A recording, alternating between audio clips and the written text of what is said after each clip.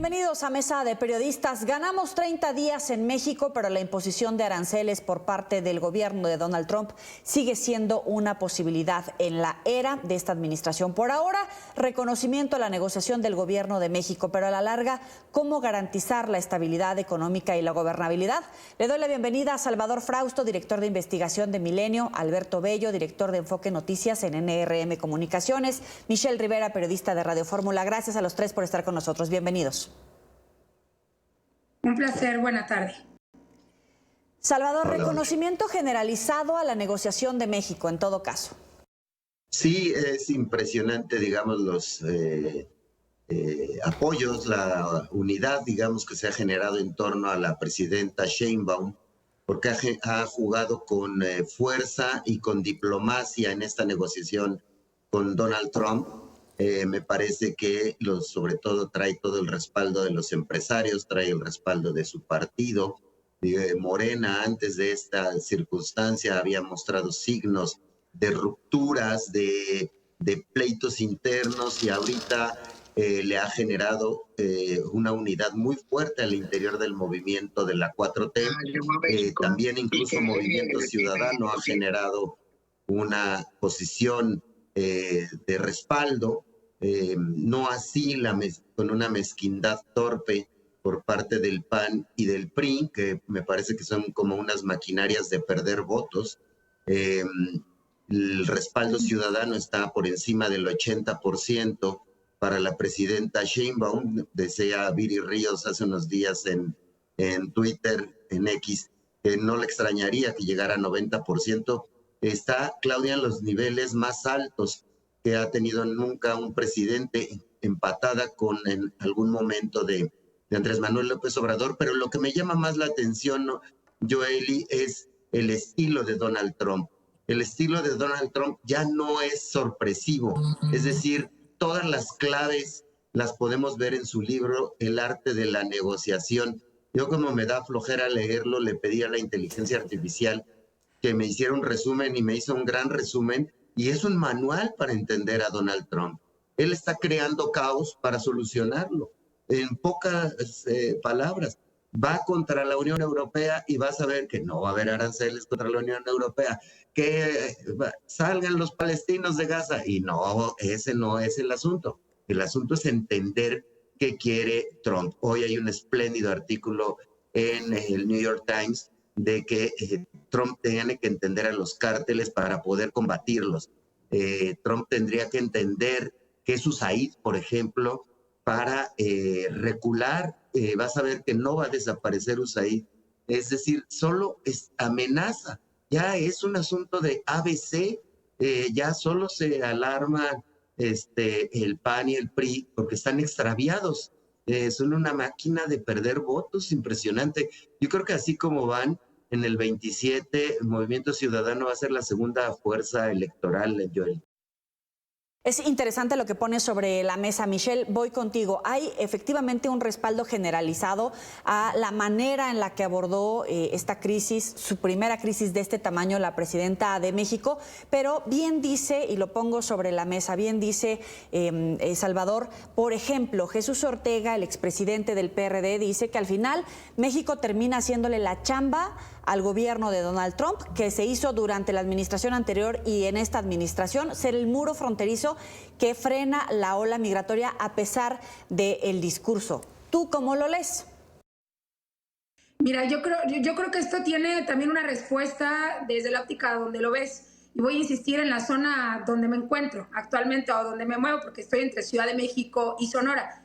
A nosotros, al menos este acuerdo derivado de esta llamada con Donald Trump y la presidenta Claudia Sheinbaum, nos ha caído como anillo al dedo, diría Andrés Manuel López Obrador, porque se están reforzando las fronteras, que son actualmente unos cementerios del crimen organizado.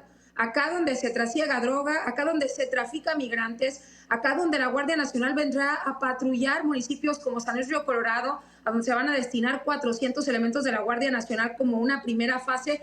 Están los alcaldes contentísimos de hacer algo que el Estado o anteriormente la Federación no había podido hacer. Lo que sí es cierto, hoy le preguntaban en entrevista a Marcelo Ebrard si además de seguridad había otros factores que apoyarían a que tomara Donald Trump otra decisión o alargaría este mes que nos dan como plazo, entre comillas, y dijo que no, él lo aceptó, es definitivamente un tema de seguridad. Y yo me iría más para atrás.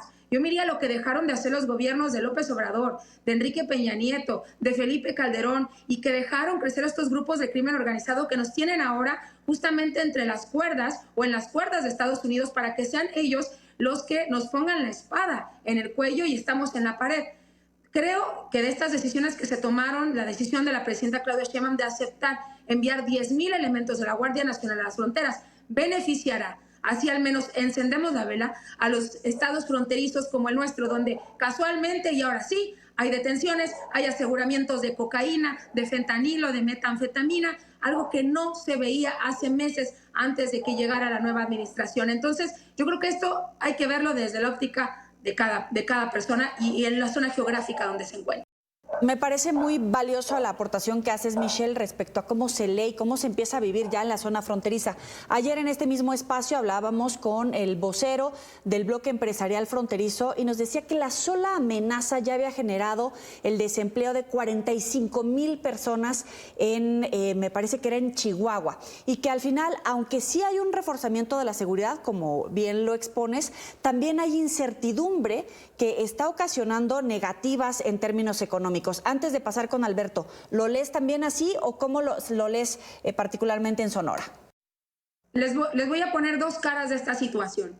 El hecho de que haya habido luz verde para ampliar esto un mes permitió que, por ejemplo, lo del gusano barrenador en Chiapas abriera las compuertas, llegaran a un acuerdo entre Estados Unidos y México para que el ganado que se había dejado de exportar desde Chihuahua y Sonora, imagínate la productividad de nuestro estado, pudieran ya ingresar finalmente. A lo mejor en un momento bélico, por así decirlo, no se hubiera logrado. Pero por otro lado, me gustaría también comentarles que hay plantas que se quedan a la mitad, como la de licuefacción. Una empresa estadounidense se estacionó aquí para dar 13,000 empleos y esto quedó varado completamente y pone en un limbo a la economía del estado. Vamos ahora sí con Alberto Bello. Hay reconocimiento generalizado a la manera en la que Claudia Sheinbaum gestionó esta crisis. Se ganaron 30 días por lo menos para esta negociación, pero bien decíamos, la sola amenaza generó incertidumbre y algunos dicen que pone en riesgo a una de las regiones más competitivas del mundo, que ya afecta la competitividad de las empresas. ¿Cómo lees tú estos primeros 30 días de vida sin aranceles, Alberto? Efectivamente, la incertidumbre está ahí, no hay forma de negarla. Como dice Michelle, las empresas lo viven en el día a día, la gente que tiene su empleo colgando de un hilo, pues lo siente, y ese es el tipo de presión que está haciendo Donald Trump. Efectivamente está dando golpe a la mesa, está creando caos para resolverlo él, como dice Salvador. Creo que la lectura que se ha puesto en la mesa es la correcta.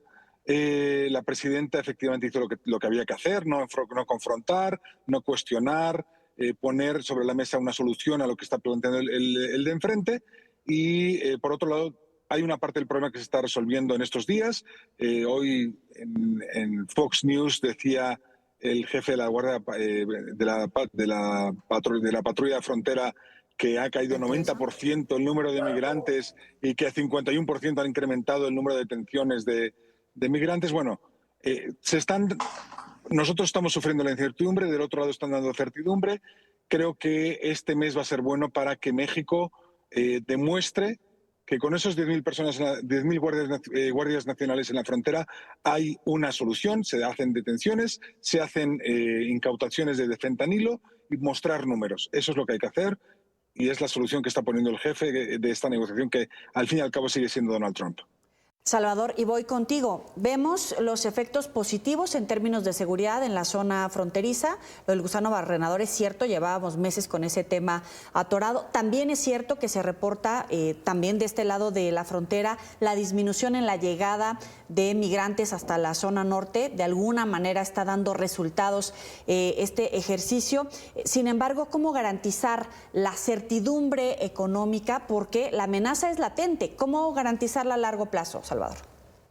Me parece que lo primordial en este mes, en este siguiente mes, va a ser disciplinados, es decir, con el acuerdo de facto que se tiene con los Estados Unidos, es decir, no hay aranceles, pero debe haber resultados en migración y en fentanilo.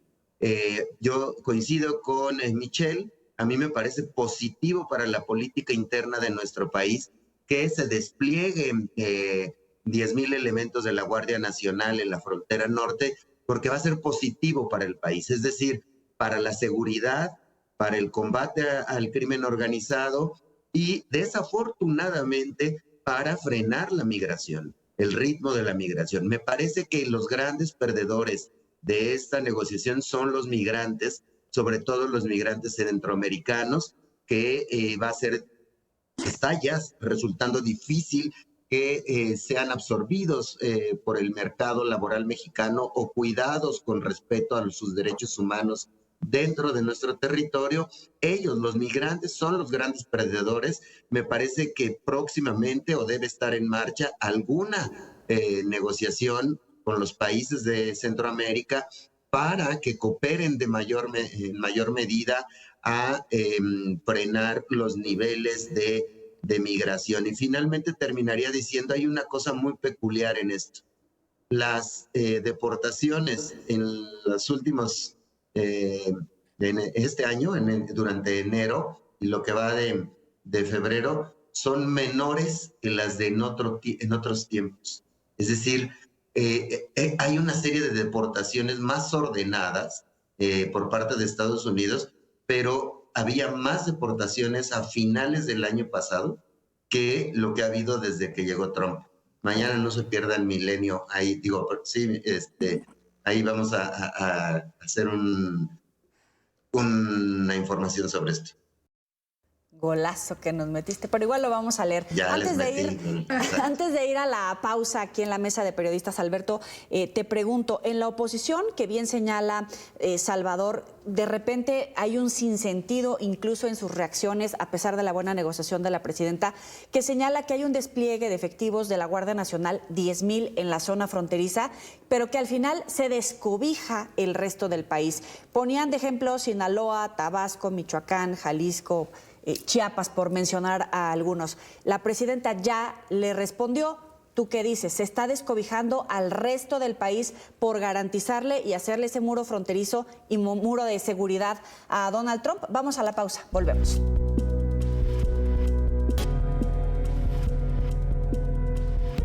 Continuamos en mesa de periodistas. Alberto, ¿se descobijó al resto del país por trasladar a estos 10,000 elementos de la Guardia Nacional a la zona fronteriza?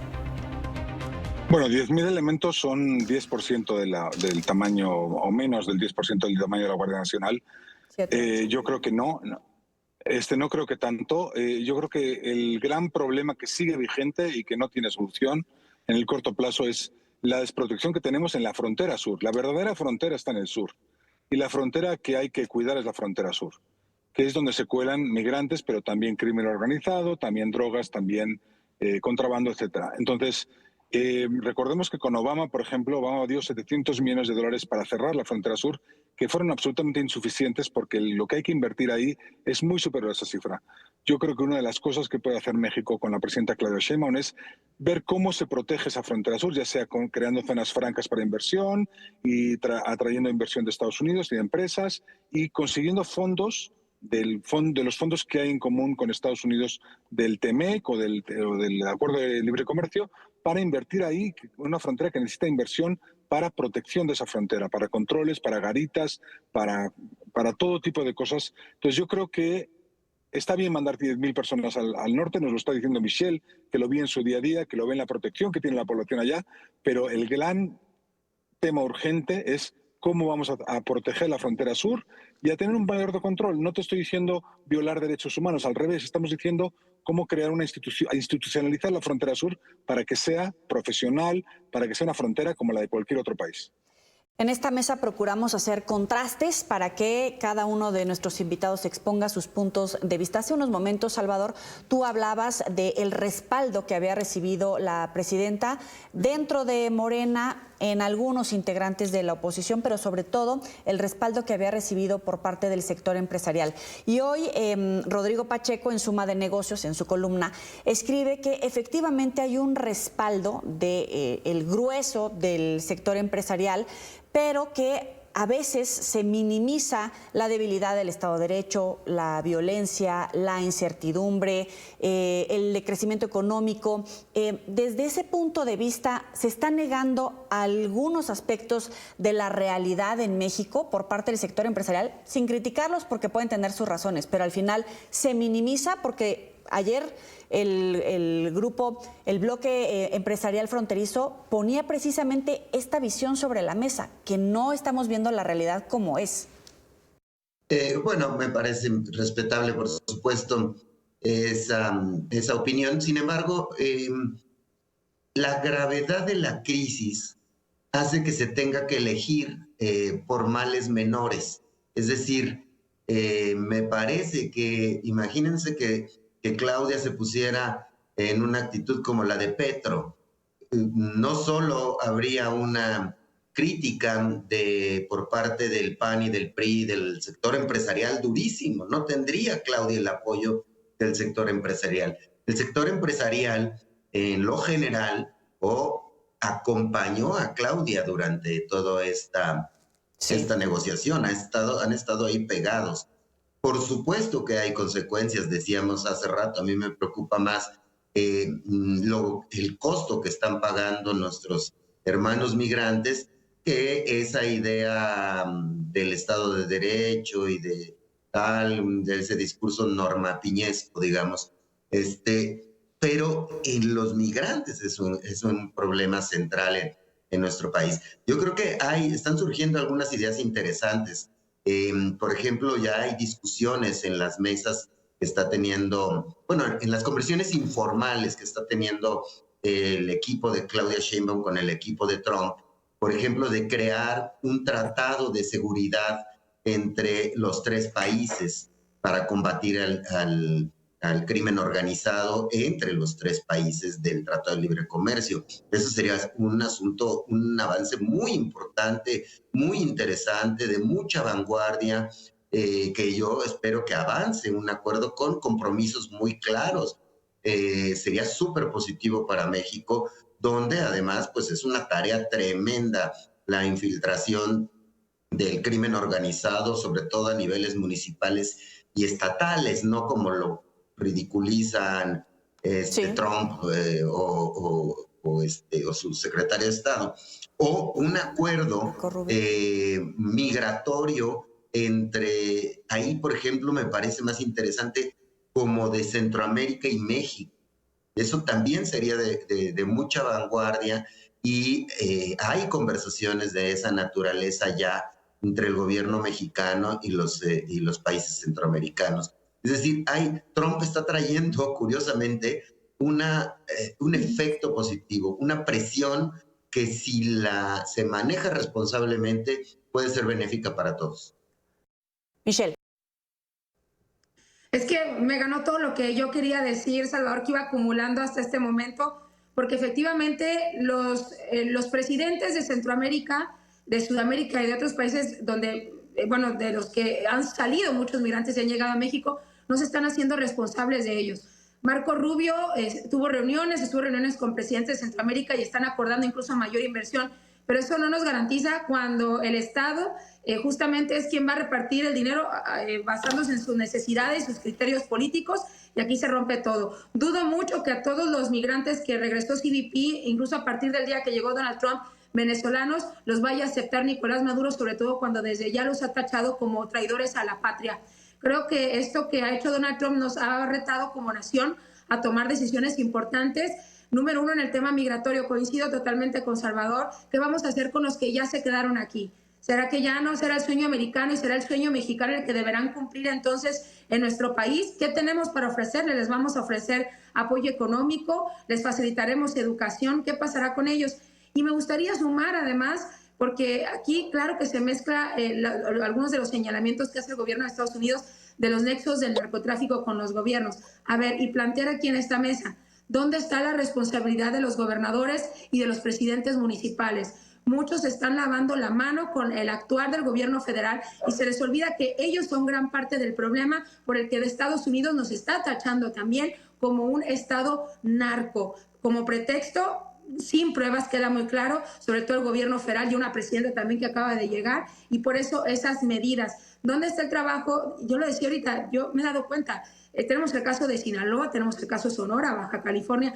¿Cómo pasamos de estos estados de tener solamente aseguramientos de droga, vehículos, algunas armas, a verdaderas detenciones, a verdaderos peces gordos, a detener a niñas, a niños que están en el crimen organizado, a entender las redes que están operando en nuestro estado?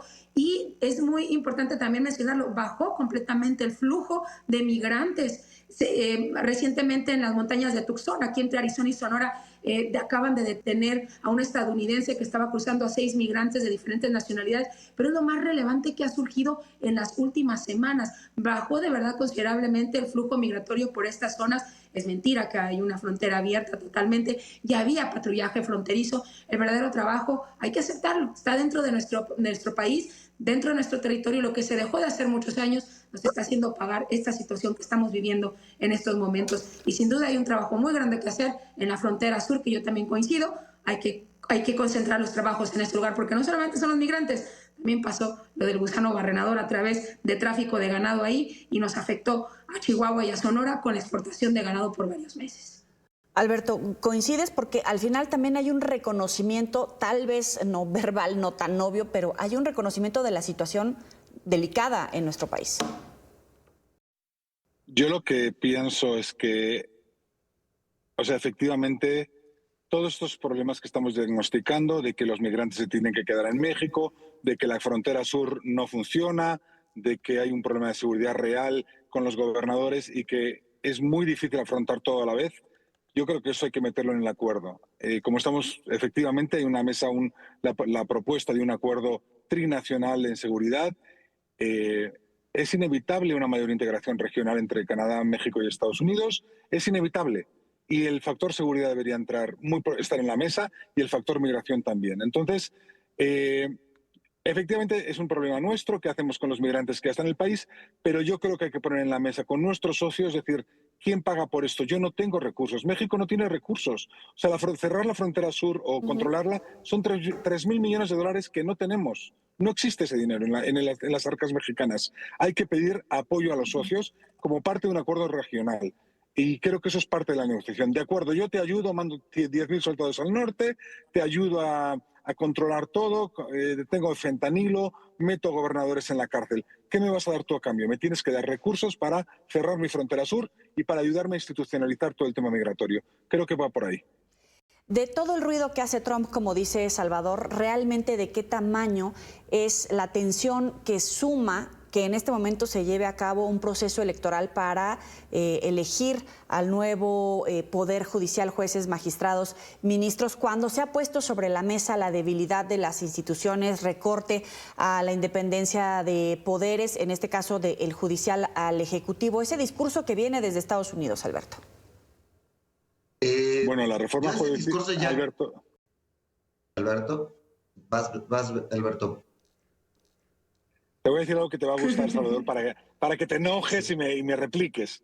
La reforma judicial es un experimento absolutamente mal hecho, mal diseñado, en un momento absolutamente inapropiado.